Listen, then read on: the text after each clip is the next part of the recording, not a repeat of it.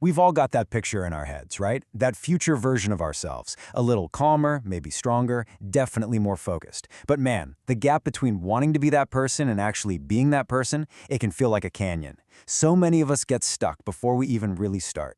Well, today, we're going to break down 5 real, foundational shifts, the kind of inner work that makes transformation not just some far-off dream, but something you can actually do. So let's get real for a second. Why is it so hard to make a change stick? You know the drill. We try the new morning routine. We plaster our walls with motivational quotes. We plan these huge, dramatic overhauls of our lives. And then, what happens? A week later, maybe a month if we're lucky, we're right back where we started. And it feels awful. But here's the thing. It's not because you don't want it enough. It's because we've been looking in the wrong place. We're trying to fix the outside stuff without ever looking at what's going on inside. And this slide, this really gets to the core of it. We've all been sold this myth, right? That you need some perfect plan or this magical bolt of lightning motivation to strike. You're waiting for the stars to align. But the real shift, the thing that actually works, is completely different. It's about looking inward. It's about starting with self-awareness, taking tiny, almost boringly small steps, and just focusing on making real progress, not chasing some impossible idea of perfection. Okay, so let's dive into our very first shift. This one is the absolute foundation for everything else. Awareness before action. The subtitle says it all really. You can't fix what you don't see. Think about it. How can you possibly change a habit or a knee-jerk reaction if you don't even realize you're doing it in the first place? It's like trying to fix a car engine with the hood shut. You've got to see what's going on under there first. And here's the key thing about awareness. It's not about beating yourself up. Not at all. It's simply the act of watching your own thoughts and feelings, without judging them, just observing. Kind of like you're in a movie theater and your own mind is up on the screen. When you can do that, something amazing happens. You create this tiny little pause, a space between something happening to you and how you react. And inside that little pause, that's where all your power is. That's where you get to choose.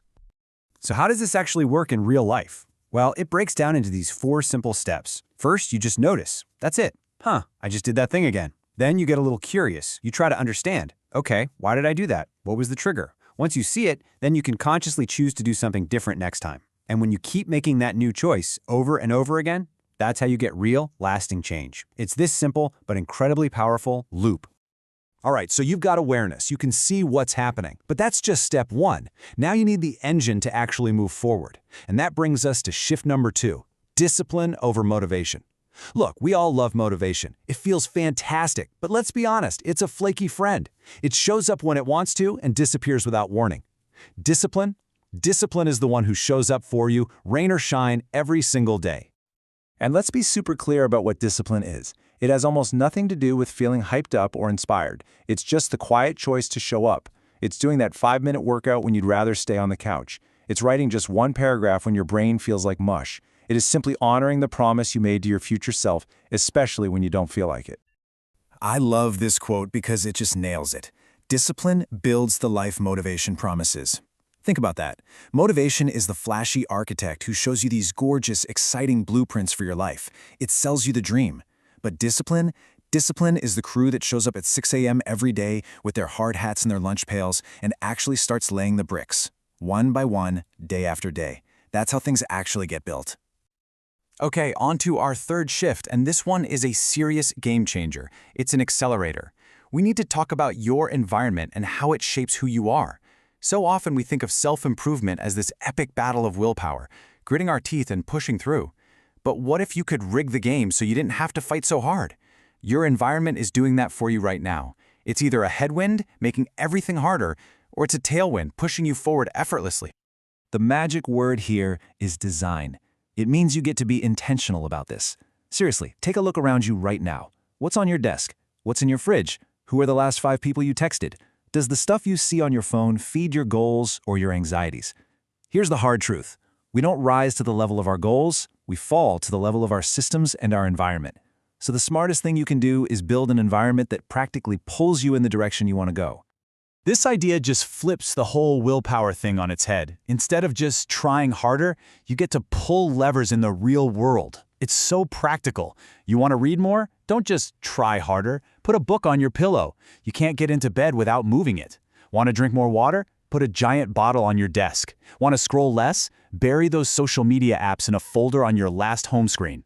It's simple. Make the good stuff easy and the bad stuff hard. So you're making progress, you've got awareness, you're building discipline, you've tweaked your environment, you're moving. But here's the thing about any journey. You're going to take a wrong turn. You're going to hit a detour. Nobody's path is a perfectly straight line. And that's exactly why we need our fourth shift, reflect to reset. Think of this as your GPS. It's the system that helps you notice when you're off course and gently guides you back. So the first question to ask yourself, maybe at the end of the day or the week, is simple. What did I learn? This one question is so powerful because it changes everything. A setback is no longer a failure. It's a data point. It's not, I messed up. It's, okay, I learned that that approach doesn't work for me. Next up, and this one is crucial, what drained me? Your energy is your most valuable resource, right? It's not infinite, so you have to become a detective and figure out where the leaks are. What people, what tasks, what habits are just sucking the life out of you. Just noticing them is the first step to plugging those leaks. And of course, the flip side. What fueled me? What gave you that spark of energy or excitement? What made you feel alive? The goal with these 3 questions is just beautifully simple. Figure out what drains you so you can protect yourself from it, and figure out what fuels you so you can pour more of it into your life. Less of what weakens you, more of what strengthens you. And this quote gives you the perfect rhythm to practice this. Reflect daily, adjust weekly, evolve monthly. It's not about some massive yearly review. It's a tiny check-in every day. Those tiny daily reflections lead to small tweaks you can make every week. And those weekly adjustments, over a month, over a year, they add up to a massive evolution. This isn't a one-time fix. It's a constant process of getting just a little bit better. And that brings us to our 5th and final shift. And honestly, this might be the most important one of all. This is your North Star. It's what keeps you going when everything else gets hard. It is choosing purpose over perfection. Because here's the deal. Perfectionism will paralyze you. It'll keep you from even starting. But purpose gets you moving. So what is purpose? It's your why. It's that deep, meaningful reason you're even doing any of this. And it's the ultimate source of your resilience. When you stumble, and you will, perfectionism just whispers in your ear that you're a failure. But your purpose, your why, that's the thing you hold on to. It reminds you why you started, and it's what will pull you back to your feet every single time. I mean, just think about this phrase. Purpose turns struggle into progress. It completely reframes the hard stuff. When you know why you're doing something, the struggle isn't a sign that you should stop. It's a sign that you're growing. The obstacle isn't in the way, the obstacle is the way. The struggle itself is what's making you stronger. So let's put it all together. There are the 5 shifts. You start with awareness, so you can actually see what's going on. You power it with discipline, that consistent action. You accelerate it with your environment, making it easier on yourself. You steer it with reflection, so you stay on course. And you guide the whole journey with your purpose, your North Star. See how they all lock together? It's a complete system. And really, if you remember just one thing from all of this, let it be this. Transform the inside, and the outside will follow. It's the core idea. You have to do the inner work first. When you change how you think, how you react, and what you believe, the results you see in your life, they're not just possible, they become inevitable. So, I'll leave you with this question. Your future self is waiting for you, but you don't have to tackle all 5 of these things at once. Please don't. Just pick one. What's one tiny shift you can make today? Not tomorrow, today. Can you take 2 minutes to just notice your breathing? Can you move one junk food item out of sight? Can you ask yourself one of those reflection questions? Just start with one thing. Your journey starts now.